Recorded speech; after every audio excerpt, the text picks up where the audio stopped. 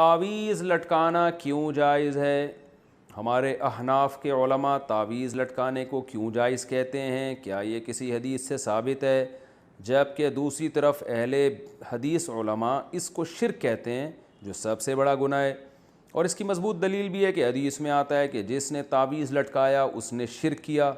شمس الرحمن بنو سے جناب شمس الرحمن صاحب، اگر اہل حدیث علماء کہتے ہیں کہ تعویذ لٹکانا شرک ہے، تو جس حدیث سے وہ دلیل پکڑ رہے ہیں نا، اسی حدیث میں رقیہ کو بھی شرک کہا گیا ہے، یعنی دم کرنا۔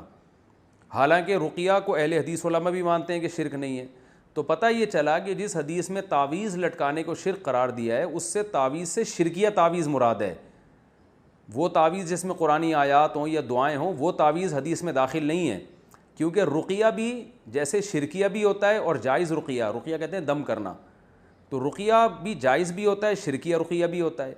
تو اسی طرح تعویذ بھی جائز بھی ہوتا ہے، شرکیہ بھی ہوتا ہے۔ تو اہل حدیث علماء جس حدیث سے استدلال کر کے ہر قسم کے تعویذ کو شرک کہہ رہے ہیں نا، اسی حدیث سے پھر تو ہر قسم کا دم درود بھی شرک ہو جائے گا، حالانکہ ایسا نہیں ہے۔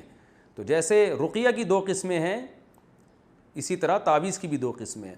اور ویسے بھی کامن سینس کی بات ہے کہ اگر ایک آدمی کسی پرچی پہ یا اللہ مدد لکھتا ہے، صرف یا اللہ مدد کہتا ہے، صرف اللہ سے مدد مانگی جائے گی، یا اللہ مدد، اور وہ کسی کے گلے میں لٹکا دیتا ہے، تو یہ شرک کہاں سے ہو گیا؟ یہ تو عین توحید ہے کہ وہ صرف اللہ سے مدد نہ صرف زبان سے مانگ رہا ہے، بلکہ ریٹن میں لکھ کے اس پہ مہر ثبت کر رہا ہے۔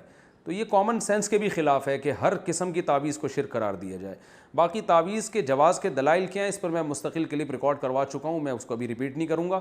پھر بھی ایک بات ضرور ہے کہ یہ عمل پسندیدہ نہیں ہے، بہرحال یہ ذہن میں رکھیں۔ اللہ سے مدد مانگیں زبان سے، پرچی لکھ کے لٹکانے کی کیا ضرورت ہے؟ بس زبان سے مدد مانگیں، اس کی زیادہ فضیلت ہے، دعا کی فضیلت ہے۔ جو لوگ تعویذ گنڈوں میں پڑھتے ہیں، تو وہ میں نے دیکھا ہے ان کا ایمان بہرحال کمزور ہو جاتا ہے اور وہ اسی میں لگے رہتے ہیں۔ تو اس لیے ہمارے علماء بھی اس کی گنجائش دیتے ہیں کہ اگر لوگوں کو تعویذ نہ دیا جائے تو وہ خالصتاً پھر جاہل پیروں کے پاس جا کے شرکیہ تعویذ لینا شروع کر دیتے ہیں، ورنہ یہ عمل شریعت میں کوئی زیادہ پسندیدہ نہیں ہے۔